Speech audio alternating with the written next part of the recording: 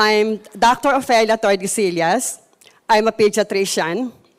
I graduated from the UST College of Medicine in 1974, had my board exams in 1975, had my internship and pediatric residency training program at UP-PGH, and in 1978, I started my private medical practice. So go figure it out. I've been in practice for the past 40 years. And I am already actually semi-retired. So what is HemoHim? HemoHim is a natural functional health supplement with a specific immune function. And what does HemoHim stand for?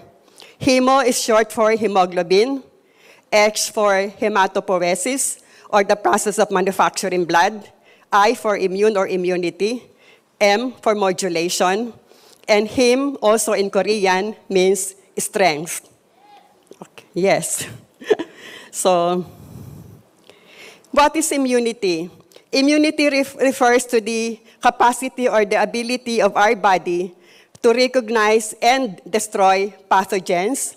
So what are pathogens? Ito yung mga bacteria, viruses, fungi, and all those that can make you sick, that can harm our body. So immunity really is the ability to protect our bodies from harm, the ability to prevent our bodies from getting sick. So why take HemoHim? All of us need a very strong and healthy immune system. I don't know how many of you who are now present have heard me during the last Success Academy when I made mention that all of us, we are made up of trillions of cells, individually all of us, made up of trillions of cells. And of the trillions of cells, only 10% are human, 90% are bacteria. So we're only 10% human, 90% bacteria. And at any given time, there is that symbiotic relationship between the good and the bad. Meron silang ecosystem. But there has to be that balance of 80% good, 20% lang dapat ang bad. Ganon. So you can just imagine how our immune system is put to task.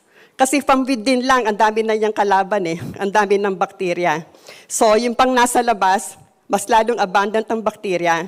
So yung ating immune system really works non-stop. So we really have to support our system, our immune system, for it to be healthy.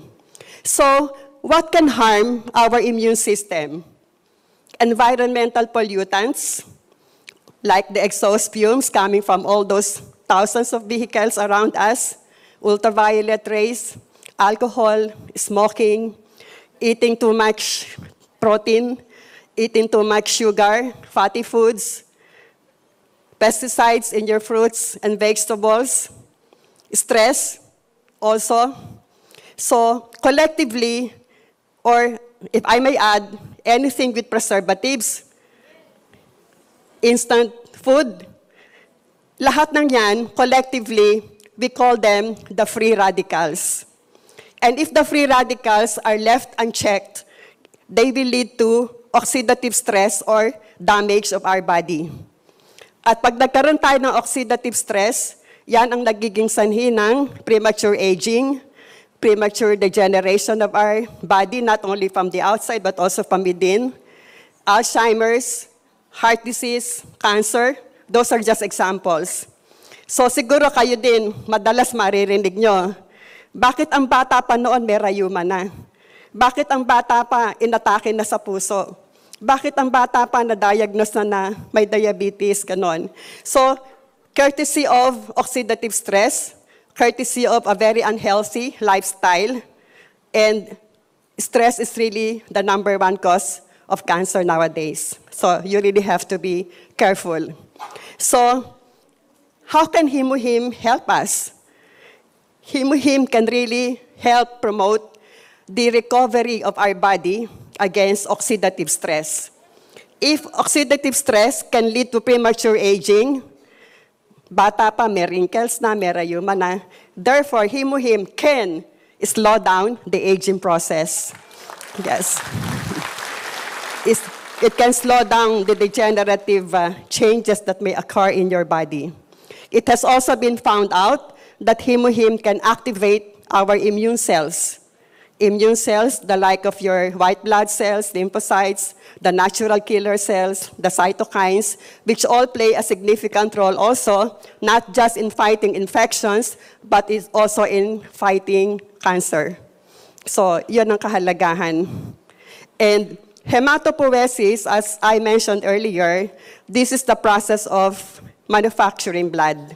You can see in the slide, before and after taking hemohim, you see a proliferation of the RBC population on your right as influenced by hemohim, because it has also been found out that hemohim can activate your bone marrow to produce more blood cells and to increase the number of hemoglobin.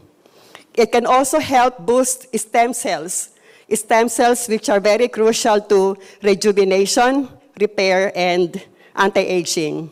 Siguro marami kayong naririnig dyan na nagpa-stem cell para mas mukhang bata. Easily, that's 50,000 pesos per procedure. Sorry, yan. Nagalaw. So anyway, you don't have to go through that process.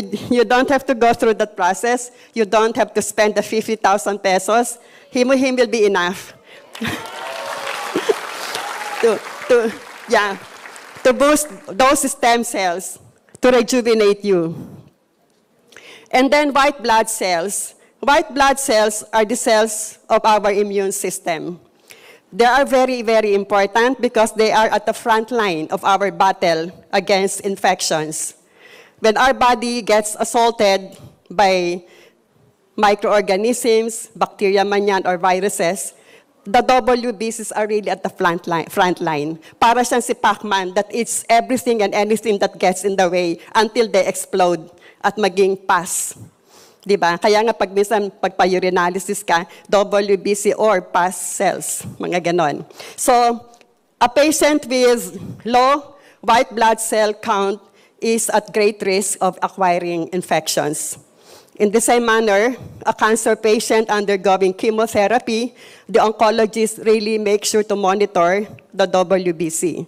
Because in chemo, you not only kill the cancer cells, but also, including the WBC. And once the white blood cell count really goes down, plunges down, the oncologist is forced to stop the chemo, or else he'll be literally killing the patient.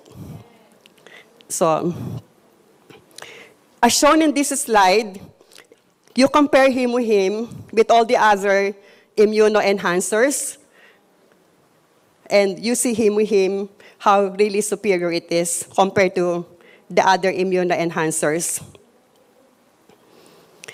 Let me share with you the story of my patient. He's 12 years old. He came to me with his mom, of course. Ang complaints, more than a year nang recurrent ang kanyang nose bleeding, and konting magsalita, may shortness of breath. That was April 24, 2017. I requested for a blood count. The reason why meron siyang shortness of breath, kasi anemic talaga siya. Look at his hemoglobin. It's only 9.2. Normal should be at 14 and up.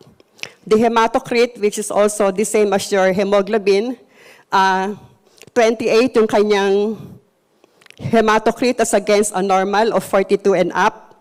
The WBC was dangerously low, and that's what really scared me. It was only at 3,400. Normal should be 5,000 to 10,000. The platelet count explains the more than a year recurrent nose bleeding. It's nandun siya sa low normal. The bracket should be 150 to 450. He was only at 164. Kaya siya nagno-nose bleeding. So I was tempted to refer him to the hematologist right then and there. But then I said, I would like to challenge hemohim and see if it will work for you. Anyway, you've been through this for more than a year. What's another 2 weeks of trying to observe and monitor? So I placed him on hemohim, 2 sachets a day, with instructions to come back after 2 weeks. But he came back more than a month, barely more than a month.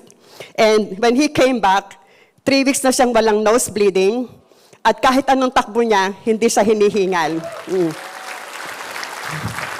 And looking closely at his repeat blood count, May 29, the hemoglobin from 9 rose up to 13.9.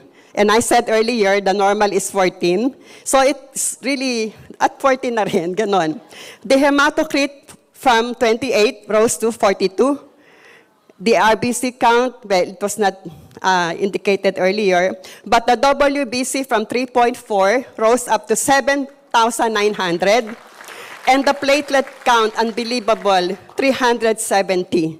The reason why hindi na siya nagbi-bleed, ganon.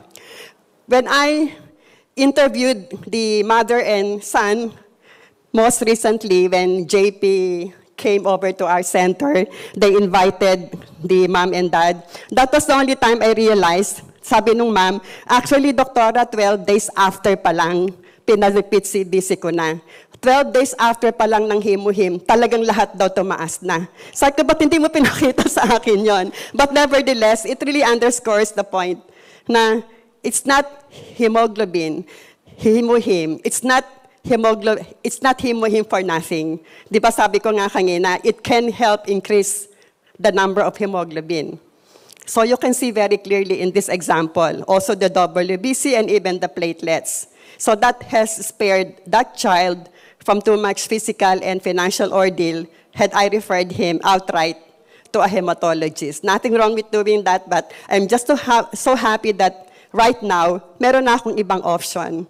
Kasi before I was introduced to this, wala akong option eh. It would have been easily dismissing the patient, sige, sulat, padala kita sa hematologist. Ngayon, ang dami ko ng options, and it's really making me a lot more fulfilled in my medical practice. Really.